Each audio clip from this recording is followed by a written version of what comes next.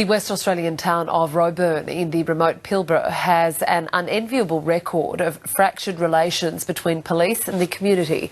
But after years of distrust, the turnaround in trust has helped uncover allegations of widespread child sexual abuse in the town.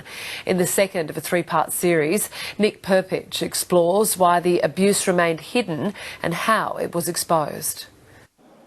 Documentary filmmaker and father Tyson Mowaran lives just down the road from Roebourne School.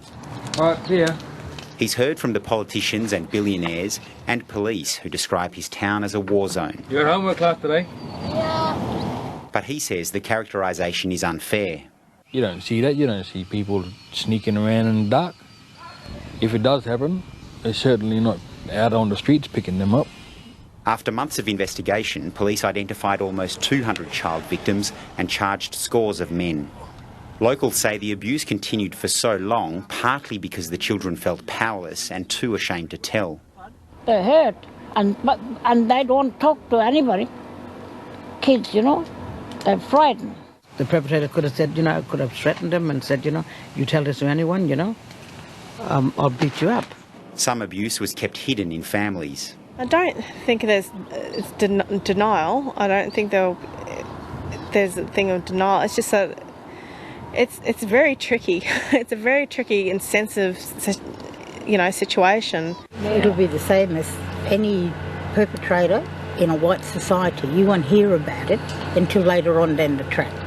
With more than 60 government and non-government agencies in Roebourne, critics argue a lack of continuity led to an abject failure by government to protect children. People aren't here long enough either.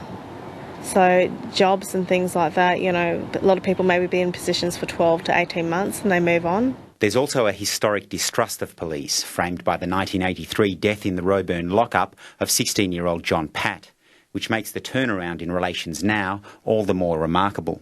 Police in Roebourne have been working with the community for years to build a strong relationship so there's enough trust for people to come forward with information and disclosures.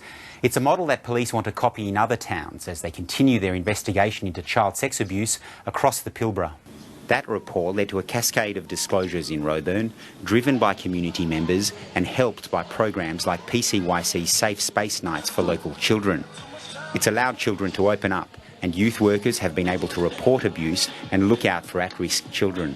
Youth workers are locals, so they already have that rapport with the young people, which is a huge thing. The police investigation is ongoing, and the new Police Commissioner Chris Dawson will visit Roebourne next month. Nick Perpich, ABC News, Roebourne.